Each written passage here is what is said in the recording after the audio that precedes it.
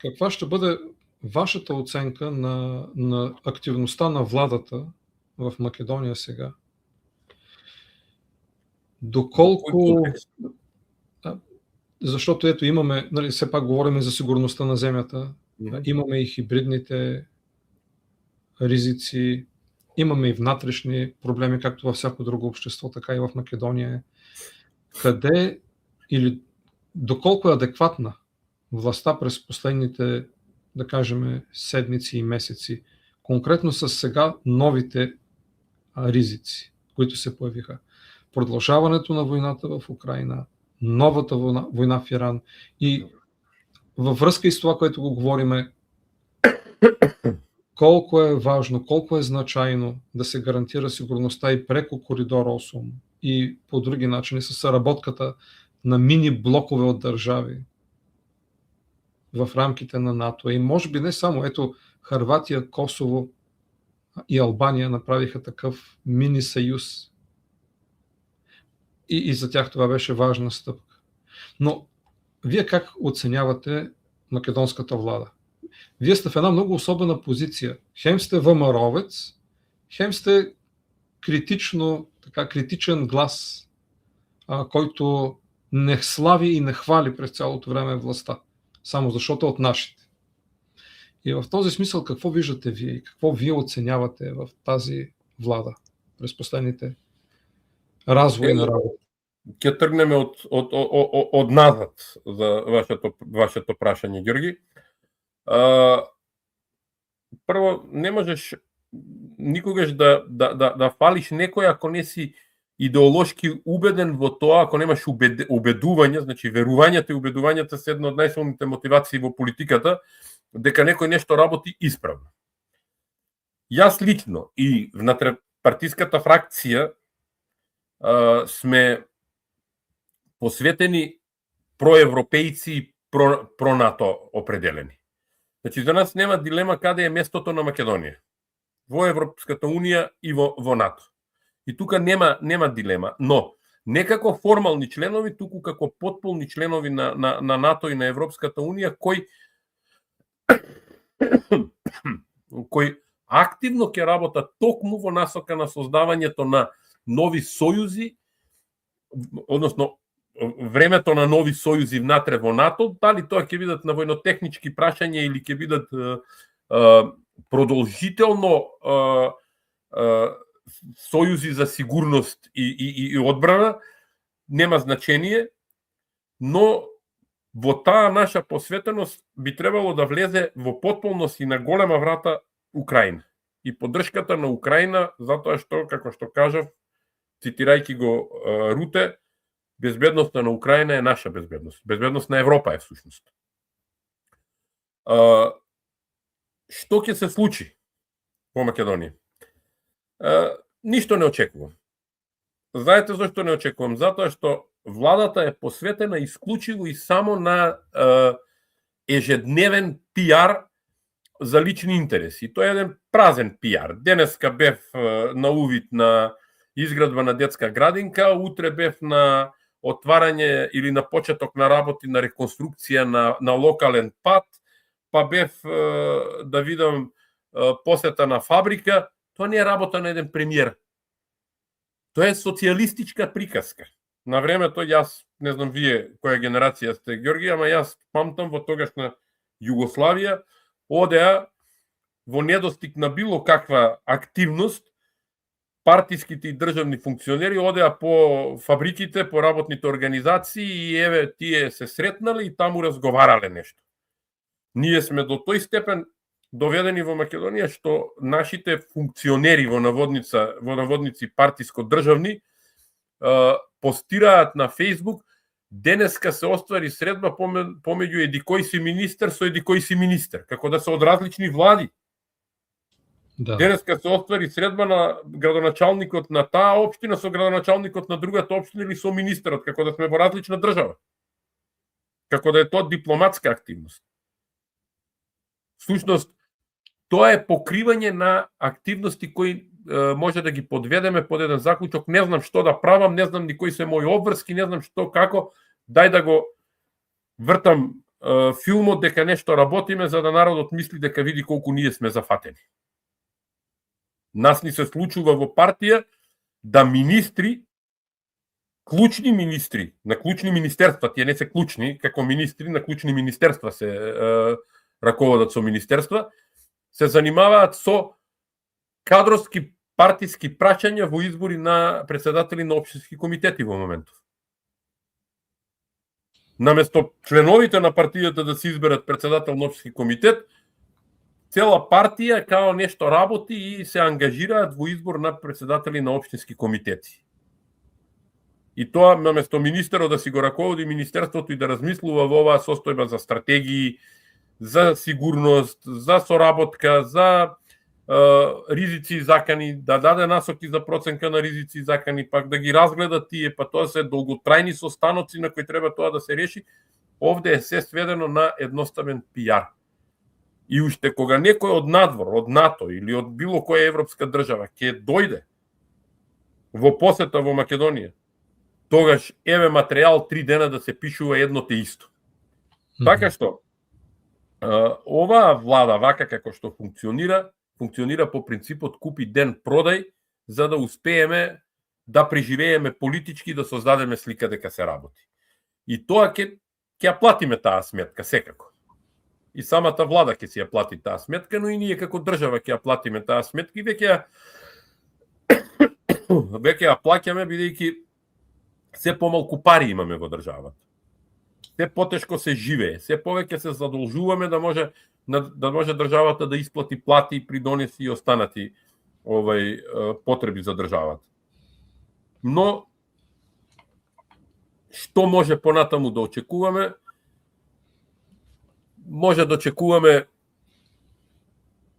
така да кажаме, една апатија во општеството и заминување на луѓето од општеството, од Македонија. Това, между другото, и мене ме опасява, защото владата много време играеше с креативни решения. Го слагам во наводници, разбира се. Ето, последно, хванаха се за тази приказка на Вучич, сите заедно да влезнат па без право на глас в Европската унија, па да се направи, штом ще има компромис за Украина, да се направи компромиси за другите, ама ето сега се каза, че няма как да има компромиси за Украина вътре в Европската унија, няма консенсус за това. И за много работи се заложи владата, а практически нищо от това няма да се получи.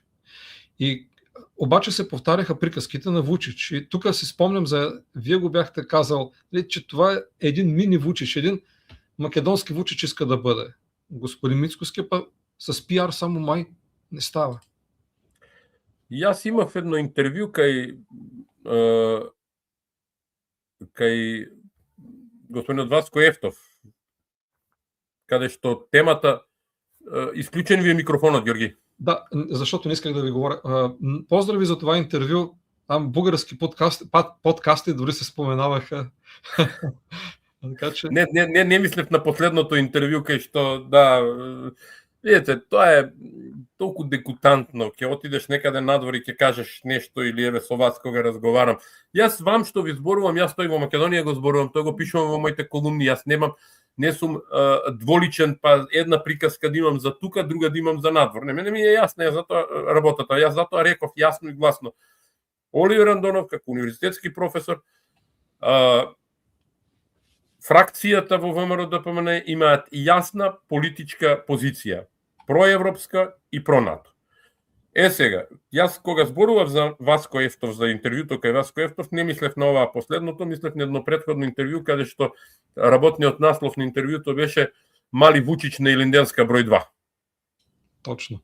И јас тоа одамна го тврдев дека Мицкоски прави имитација на Вучич и на неговите политики овде, но никако да разбере дека ние сме земја членка на НАТО и нас другачие не гледаат. Не гледаат како Србија. Второ, генерално има еден став во Македонија, така се забележува тоа, кај голем дел од политичките во наводници лидерства, сите сака да бидат како Вучич. Ама сите сака да видат како Вучич затоа што владее колку 12 години, колку е веќе, 14 години е од 2012 на власт. Од тој аспект сака да бидат како него, да владеат 14-20 години, еден цел живот, генерации и генерации уништени животи, се тоа со таков модел на владење. И сега околу идеите и активностите.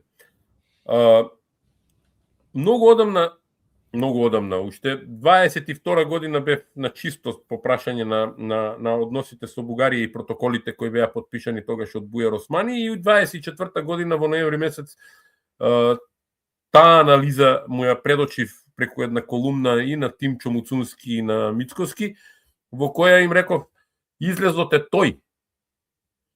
Два се излезите. Или да одиш на исполнување на договореното и да се отворат вратите, а внатре во Европска Унија да инсистираш Бугарија да не поставува услови по прашање на македонскиот јазик, македонскиот народ, македонската нација, идентитетот, и да се затвори тука приказката, историските прашања да се решаваат на комисии кои нема да бидат под влијание на, односно кои нема да бидат услов под кој ќе се врши притисок врз Македонија, или да го раскинеш договорот за добрососедство, со тоа протоколите, со тоа така наречениот француски предлог, европскиот договор, рамката паѓа, се почнуваш од поново. Но многу јасен бев, значи во ова интервју јасен бев. Целта на Мицкоски е како Македонија да не влезе во Европска Унија.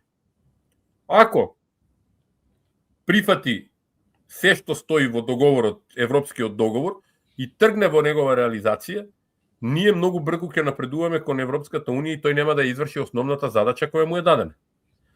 Ако го раскине договорот за добрососедство, тогаш ќе се разголи дека еве немам намера тоа да го правам. И затоа 2 години ние игравме на една клацкалка, ама не, ние ќе ги убедиме европјаните дека треба да има нова рамка. Нема да има нова рамка. Потоа беше: ние сега чекаме дека ќе има гласање во Европската Унија без право на вето. Ама тоа само за пред народ. Знаете како, граѓаните не мора да знаат. Ама јас како универзитетски професор, како глас на еден разум, како глас на вистината, како глас на академската слобода за укажување на проблемите во општеството, сум должен да знам. Уште и мојата докторска дисертација беше моделите за рано предупредување на Европската Унија во рамки на Лисабонскиот договор, така што мора да го читам Лисабонскиот договор во целост. Тој Лисабонски договор не е исклучен сега. Тоа е на сила. За да се смени Лисабонскиот договор треба сите да се согласат. Знаете колкав процес е тоа? Ама тоа на граѓаните не им е јасно, тоа никој не им го кажува. И затоа ќе раскажуваат фами, ќе прават слики и лажни дека еве нема проблем, ние сега ќе успееме да има без консензус да се донесуваат одлуки. Може без консензус ако не си присутен тука. Како што правеше Орбан заради потреби лични за пари, за внатрешна приказка, не лични за него, за Унгарија, па да излезе на кафе, а овие да гласаат за помош за Украина. Понатаму, следната варијанта беше, се сите ќе не примат заедно и тоа така ќе биде. Прво, тоа беше еден модел на размислување во Европската Унија. Европската Унија размислуваше за тој модел, што би донел тој модел. И јас се можам да кажам овде, не наведувајќи со кого се сум разговарал, од Европската Унија, не тука во Македонија, надвор, во европските центри, во европските престолнини, каде што сум бил директно прашан каков е мојот став по тоа прашање. И јас јасно ќе кажам, јас, како човек кој доаѓа од Македонија, кој доаѓа од Балканот, бев против такво нешто. Сите во Европска Унија топтам, па таму нешто ќе не решаваат. Со многу јасно образложение. Луѓе, ние сега не можеме да се разбереме со Бугарија. Еве сега, значи, сега се инатиме, правиме глупости, не можеме да ги решиме работите. Србите сега се во конфликт со хрватите. Па замислите заедно да сме во ЕУ, ќе ја олесниме на Европската Унија со нашето однесување. А тоа има длабока врска со вашето прашање кои се ризиците и заканите, затоа ви реков, сами сме си ризики закан. Невладење на право, корупција и криминал, политички притисоци, кои се прават врз луѓе со различни ставови и мислења, кршење на закони, во разни аспекти, во разни на разни начини. Економска недоизграденост. Немање инфраструктура. Значи, нас ни треба интензивно да осозрееме прво, како општество.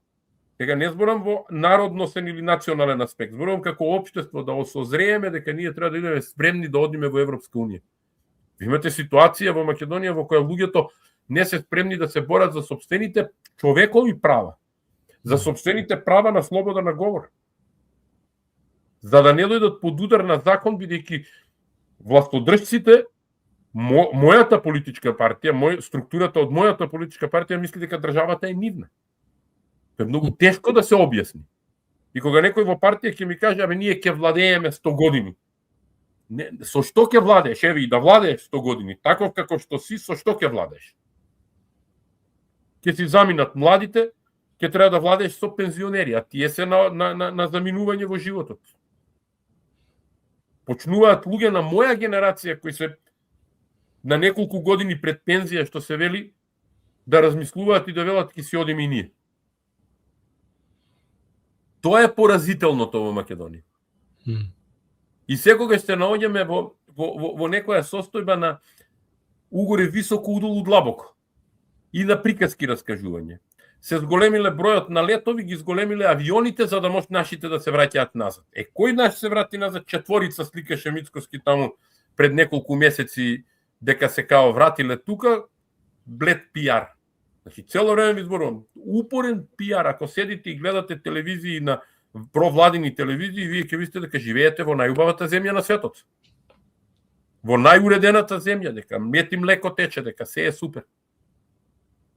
А да не зборуваме што се случува, какви отпори има во општеството за многу работи, за многу промени, какви промени се обидуваат да се направат во општеството за да се изместат некои текови.